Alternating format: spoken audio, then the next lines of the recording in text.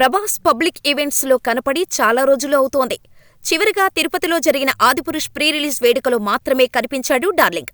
సలార్ సినిమాపై ఉన్న హైప్కి pre release ఈవెంట్ను భారీగా నిర్వహిస్తారని అనుకున్నారు.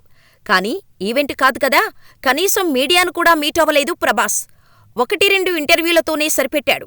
చెప్పాలంటే ప్రభాస్ పబ్లిక్ ఈవెంట్స్లో కనిపించి దాదాపు ఏడాది కావస్తోంది. అందుకే కల్కి ఈవెంట్ ప్రభాస్ ఫ్యాన్స్కు చాలా స్పెషల్ అనే చెప్పాలి. మామూలుగా అయితే ప్రీ రిలీజ్ ఈవెంట్ చేస్తారు, లేదంటే టీజర్, ట్రైలర్, సాంగ్ లాంచ్ ఈవెంట్స్ను గ్రాండ్గా నిర్వహిస్తుంటారు. కానీ కల్కి మేకర్స్ మాత్రం భైరవ బుజ్జి కోసమే సెపరేటుగా ఈవెంట్ నిర్వహిస్తున్నారు. అది కూడా చాలా గ్యాప్ తర్వాత ప్రభాస్ వస్తున్న ఈవెంట్ అవటంతో డార్లింగ్ ఫ్యాన్స్ యుద్ధానికి సిద్ధమవుతున్నట్టుగా రామోజీ ఫిలిం సిటీకి వెళ్తున్నారు. అందుబాటులో ఉన్న రెబల్స్ అంతా రామోజీ ఫిలిం సిటీలోనే వాలిపోతున్నారు. ఎంత కాదనుకున్నా ప్రభాస్ కోసం వేలాది మంది రెబల్స్ వచ్చే ఛాన్స్ అయితే ఉంది.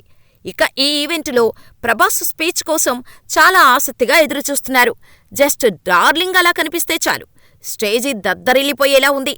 ఇక డార్లింగ్ అంటే చాలు, హోరెత్తిపోవడం గ్యారంటీ. ప్రభాస్ను చూడటానికి ఈగర్లీ వెయిటింగ్ అంటూ సోషల్ మీడియాను షేక్ చేస్తున్నారు. మరోవైపు మూసుకుపోయిన థియేటర్లు కళకళలాడాలంటే కల్కితోనే అని థియేటర్ యాజమాన్యాలు ఎదురుచూస్తున్నాయి.